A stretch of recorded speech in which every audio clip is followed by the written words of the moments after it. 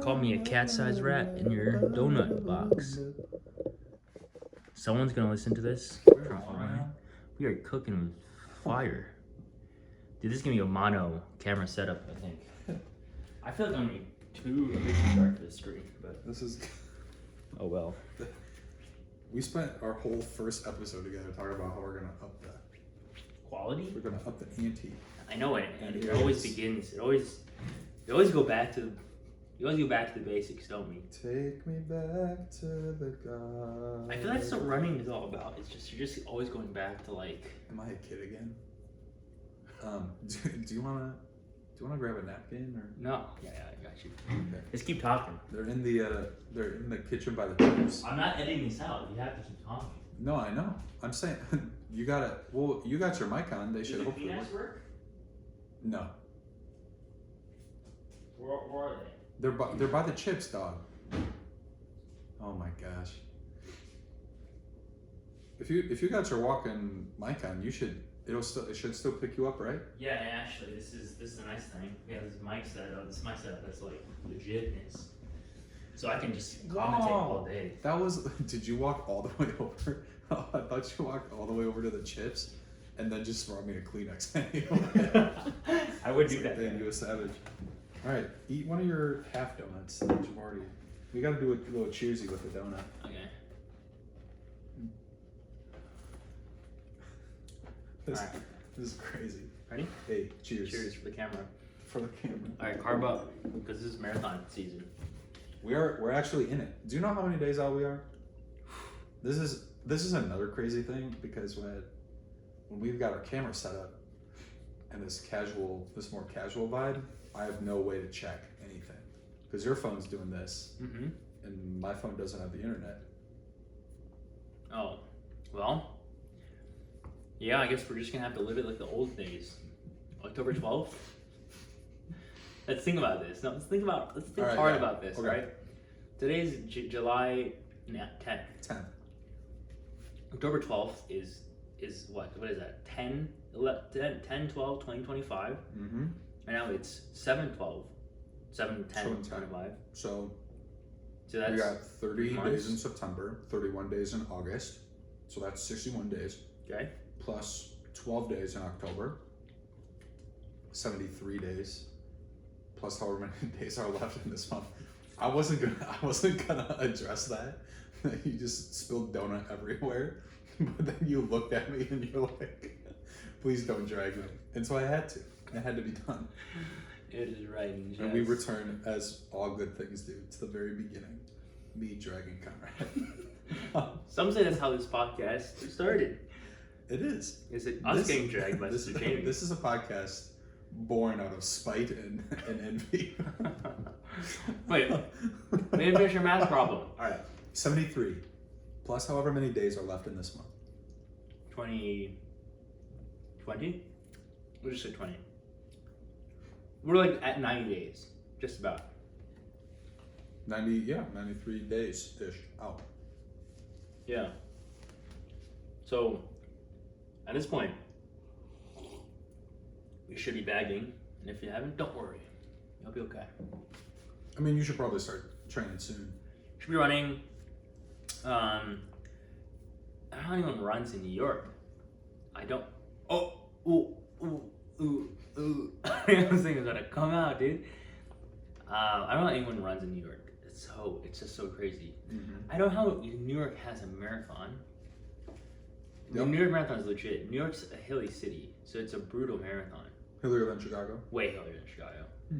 New York has like actual hills. Like hard. Like it's like Istanbul. You didn't run when you were there? I did not run when I was there. And you were there for fun? 2 weeks, mission trip. Missionary charity. Oh. Which is hard, intense manual labor, but I didn't go for a run. I was in the Bronx. Some guys ran from the Bronx. I was with this missionary order, they ran. I was like, I'm not gonna do that. I'm not gonna do that. I think that's kind of a good like litmus test of whether or not sisters are in a good place, you know? Like if sisters are posting up in a city that you're like a little nervous to run in, it's like, oh, they're probably in the right spot. You know what I'm saying? Like You can run there? What do you mean? No, I'm saying like think of West Humboldt. Yeah. Like sisters are posting up, and you're like, ooh, this is maybe a little dangerous place to run. It's like, all right, that's how you know they're in the right spot. Like CFR vibes, they just like search out. Sort of true. Although You know what I'm saying? So I visited the OG mother house, I guess, of the CFRs, the shelter that Bishop Bob, shout out, that Bishop Bob started St. Anthony's, which is actually just about a 10-minute walk down the street. Are all my chewing noises gonna come into this mic? The wind block, in theory, should block that All right. as auxiliary noise. However, who knows? Auxiliary. It might just sound. Hopefully it doesn't block out my laughter as auxiliary noise. It's like I like on my laughter. Okay, so you were in New York. You went to the OG CFR house. Bishop Bob, shout out. To visit, and yeah, it's not a nice area, but it's not terrible. I honestly didn't feel. I feel more unsafe walking around West Humboldt Park. Like if you told me, you know, go to OLAAngels, but walk there, I would be like, no, absolutely not. Mm-hmm. I'll walk the stretch until we get to the train tracks, and then becomes West Humboldt Park, and I'll walk around West Humboldt Park. The Bronx, on the other hand, so many people. It's kind of like it's definitely not super safe. Will you pass me the water? But it's also like I just didn't feel as unsafe, you know, as I feel like it could have been. And then another thing is Bishop. So the CFRs had this house. They have this house in this neighborhood or this part of New York in Manhattan called Fort George, St. Joseph's Friary in Fort George. And I was like, what in the world is weird? So I was walking around with these Spanish missionaries. We passed it and we're like, what in the world is a random CFR Friary doing here? Because it is a pretty ritzy area, Fort George. And you'd think that CFRs would be in this just like poorest of poor slums. Mm-hmm. But Fort George is pretty nice. So I talked to the CFR priest about that, who was sorry mass for missionaries, and he's like, yeah, we might put out there. I don't know if we're gonna put out there. I don't know. It's kind of it goes up and down. New York is like that. Whoa. One day it's poor, next day it's not. One day it's poor, next day it's not. That's running. One day I'm running, one day I'm not. Oh, some days it's poor, some days it's not. Some days I'm poor. I'm a poor runner. I was digging through old iPhone notes. Yeah. Like just going through your notes app, which I think is a crazy activity if you just like are bored. You can scroll through like what are things that I took the time to write down in 2021, 2022. Yeah. But I found a Sam Parsons quote.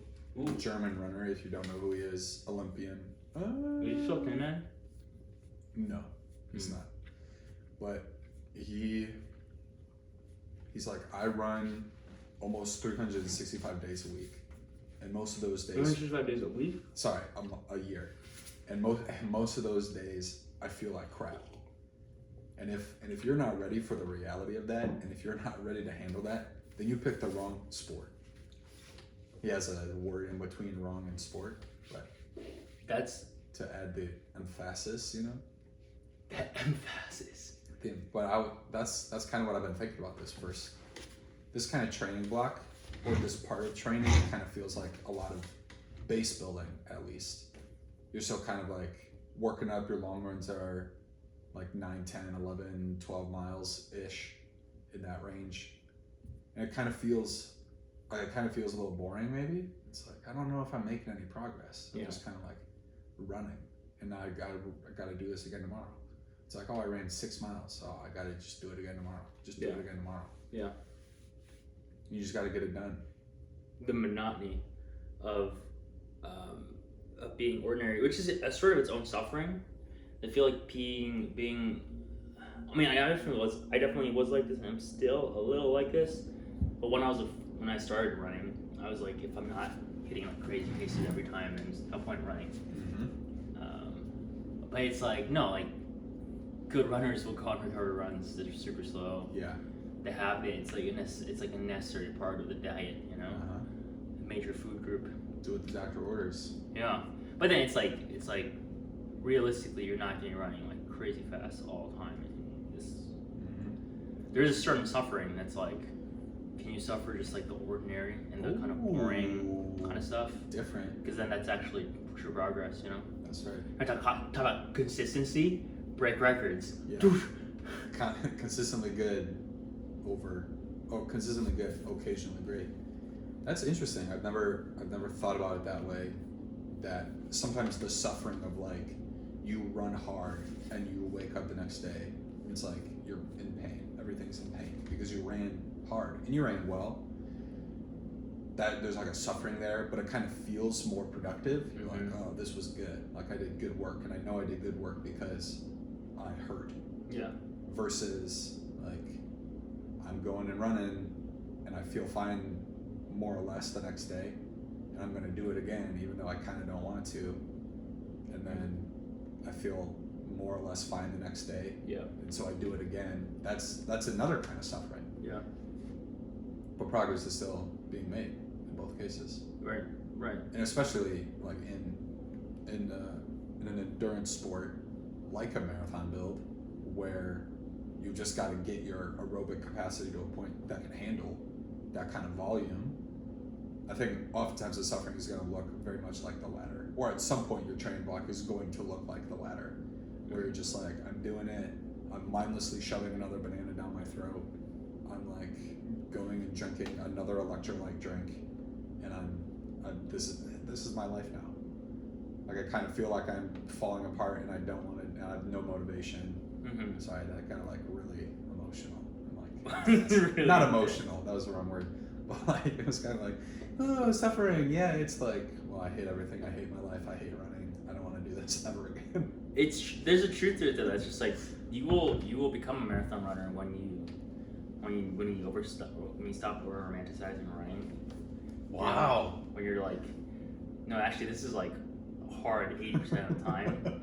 And not only is it hard 80% of the time, a lot of 40% of the time it is kind of boring in the sense of like, just like, just give me a slow run. You're gonna run for 6 miles, slow pace. Once you're done romanticizing it, you're 2 for 2 today. That's heat. Call me Kipchoge. No, that's not it. You did that with a baseball swing? Yeah. I'm trying to mix metaphors. Trying to mix metaphors here. That was a mixed metaphor. That could be a golf swing, a baseball swing. Could be a. Call me. You got Call me LeBron James. Stop. No, stop. With the golf swing. I bet LeBron golfs. Yeah, I bet he did. Have you seen? This is still a side tangent. Have you seen Charles Barkley golfing? There's a video of him golfing. It's super funny. He like winds up super hard. He's like. He just rips. He just lets it rip. Super funny. Maybe talking about it, that triggered a memory, or maybe you showed it to me or something. But have you seen the video of what do you call an old president alumnus? An ex-president? Ex-president. That felt a little. President emeritus? I almost said the late president, and I was like, ooh, he's still alive. George Bush. Yeah. George W. Bush. George W. Bush. When he does some interview and he's talking about something serious. I don't know if it's like a hurricane or if it's like or what have war in the Middle East. He's talking about, or what have you. Good. He's talking about something, but he's like on a golf course, and then he goes, "Now watch me crush this drive," and he like runs away from the interview, just crushes a golf ball, and that's it. If you know, you know. And so look it up. George W. Bush, watch me crush this drive. If you're bored of running. If you're bored of running. All right, but here, Bailey, here's the top end. How do you keep going when you're bored? That's the thing. A lot of people will wear headphones for this reason. I'm not a big fan of listening to music or anything like run. Yeah. Well, some people say it's a necessity. Some people say it's a necessity, and I like running to music. And when I say that, I mean like when I'm running a race and there's music playing, I'm typically into it. I know some people who like will have a playlist set to like a certain cadence speed, and so that like helps them keep their rhythm dialed, which helps you keep everything else in your body dialed. Yeah. If your like steps per minute cadence is more consistent, your heart rate's gonna be more consistent, your breathing, etc. So people like it helps them a lot. Yeah. I don't know. I also think that sometimes it's nice to just not think about anything. And we've talked about this, that you always have to think about something. But sometimes you just think about how your thoughts are less sporadic or consistent. Like, I don't know what I think about when I run. I couldn't tell you. I do a lot of math. Yeah, I mean, I'm thinking through like the mechanics. Is my heart rate good? Am I drinking enough? Yep. Or is my breathing rate okay? Am I going too fast, too hard? Do I feel? You're just noticing practically? everything. Just notice. Just notice it. Which kind of makes it a game. It is. Stay on board. What do I notice today? Ooh, my foot. An interior life Hurts a little hurts. Oh. So the reason I say I'm not into running, the reason I say I'm not into running. The reason I say I'm not into running is because I'm not. I don't even like doing it. I don't even like doing this, but I do it anyway. Blink twice if you need help. That's how you know. You just gotta be an addict to running. You just get addicted to running. You hate it, but you do it anyway. That's true. How to become a marathoner 101. Good. First step, hate running. Step 2, do it anyway. There was a huge sign somewhere along the course last year. Nike was doing, they were like that one shade of orange. You know what I'm talking about from last year's marathon? Yes, we took a picture in front of the sign. I'm pretty sure. Well, in front of that orange, but they had like huge ones covering buildings in Chicago running. But I remember one, and it was like, if you don't hate running a little, you don't love running enough. I was like, that's good. 3 for 3, dude. Well, you were 3 Call me for Babe 3. Ruth. This is the worst. This is the worst new trend you've started on this podcast. Call me Max Verstappen. I don't know who that is. If you know who Max Verstappen is, shout out. Okay, The Wheeze. The Barbies and Wheeze. Shout out Barb. I think so. Like the reason why I'm not into, I was listening to this listening to Huberman last night. Oh yeah. And he says that if you stack dopamine, then I've heard this. you are more likely to like burn out of a certain activity. So, for example, if you you like working out, but every time you work out, you hit a ton of pre-workout beforehand. During your workout, you play like super upbeat and kind of pump up music. You just go freaking hard, every day, all the time. You're gonna burn out of that activity, right? Mm-hmm. Because there's something. I can't explain the mechanics of it, but something has to do with dopamine. Your dopamine, either you're just gonna get too used to it, or you're not gonna get the same hit. It's like diminished returns. It's like try to do that again. It's not gonna do as much dopamine. Eventually, because it's not giving you as much dopamine, you're not gonna want to do it, right? You're not driven to do it neurologically. If you actually learn to get dopamine, not by these external things, so if you get rewarded or you get a sense of pleasure, not from the cool music you're listening to or the pre-workout that gets you energetic or whatever, but from effort, like you're rewarded from going hard, then it actually will. The activity is the reward. Exactly. Once the activity becomes the reward, once it becomes a good in and of itself, there it is. Then you're actually on the right path. To actually like then that's actually how you become consistently into something. You consistently do something. You build a habit of doing it. So me watching Hulu while on the bike, that's bad. Now I will say, this is a big disclaimer. This is the giant asterisk. This is the self-drag. Big asterisk. Okay, treadmills, stationary bikes, and stuff like that. I will use them. You have a hot take on that. However, I use an exercise bike all the time. Yeah. Treadmills I hate. If you're not like in the outdoors and you're just sitting in the same place, moving your legs, I think it's perfectly just to like watch a movie or like watch YouTube videos or listen to something. Because it's super boring. Then you gotta stack dopamine. I don't think it's. What if you I'm not into it. It's just too boring. Maybe if you're a treadmill athlete or a spin athlete, indoor cycling, whatever. It's like you are. You are. if you can do that and that becomes its own reward, you're a different kind of animal. And then you're McGuire. I was just gonna say that. All right, so Jacob McGuire. There's some people who will break all the rubrics. Jacob McGuire. Jacob McGuire, Deacon Jacob McGuire beats all the rubrics. He's a classmate of ours. Oh my gosh! And this guy's an animal. He chugs a Dr. Pepper like before he stacks dopamine like crazy. He chugs a Dr. Pepper. He doesn't eat lunch. He just chugs a Dr. Pepper or something. And then he has wired headphones. And he'll carry his phone in his hands. And he runs 6 miles a day at like 7 pace. An insane pace. He'll pump it. He doesn't even warm up. He just pumps. He gets on the treadmill, the same treadmill, every day at the same time. Pumps it up to like 11. Runs for 30 minutes, and then calls it a day. And he does it every day. He's crazy. For 5 days a week.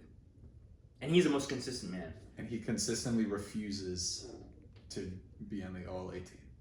Yes. I think mainly because we ask him. I think he's like, I must break all conventions, and that's what my reward. That's my dopamine. Oh wow. It's like, I can get AirPods, wireless headphones? No. I'm gonna go wired. This is crazy. Everyone eats lunch and then runs? No, I'm not gonna eat lunch. I'm just gonna run. Everyone runs for like a super long time. I'm gonna run for 30 minutes. Everyone runs outside. I'm gonna run indoors. I'm gonna run in the basement. Yeah. Dude, that's crazy. I think he gets kind of a reward from just like breaking the conventions, you know? Wow. Now everyone knows psychoanalysis of our boy. That's Jacob McGuire for you. Shout out.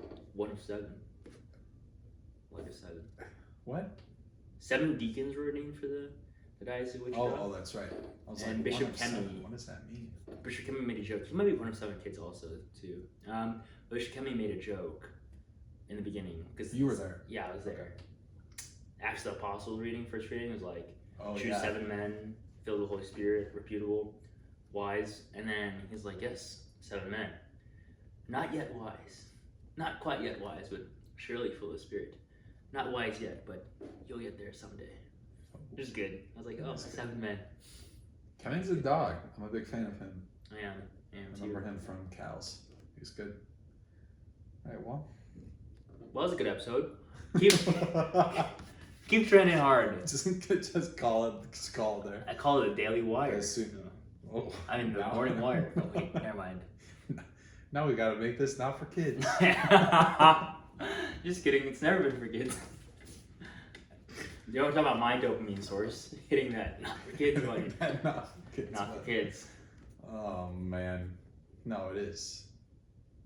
Yeah. We've never said this. Podcast is not. We joke about it all the time. Well, here I think we're gonna start because we want to make town business. I think at the end of every episode we're gonna start with my one motivational thing. That's like rent free in my mind right now. It's pushing me. We need to find a name for it though. That we can't steal from abiding together. Yeah. If you know, you know. I think it's, what is it? I'm gonna call it rent free hacks. No. Oh. Whatever, we'll find something. Yeah, we'll keep anyway, this is the thing that keeps chomping at me. All right? The chomp. Okay. We'll call this the weekly chomp. Oh, the chomp. All right, the chomp is chomping at you. This is what's chomping at me. There you go. Good job. 4 for 4, dude. Call me hobby bias. Dude, hobby bias is back. Is he? Kinda. He's not gonna really be back though. No, he's an all-star, dog. Okay, what's chomping at you? Hobby bias. The fact that Sister Steph, when she was just like a postulant and starting the marathon thing, or I think she was already novice or something. I forget when, but when she started OLA, Team OLA. Mm-hmm. If you don't know what I'm talking about, you can just go watch the interview I did with her. So she ran for 3 days a week. Yeah, is all she had to run. Yep. She would do 1 base run. I think she said it would be between 8 to 10 miles, maybe longer.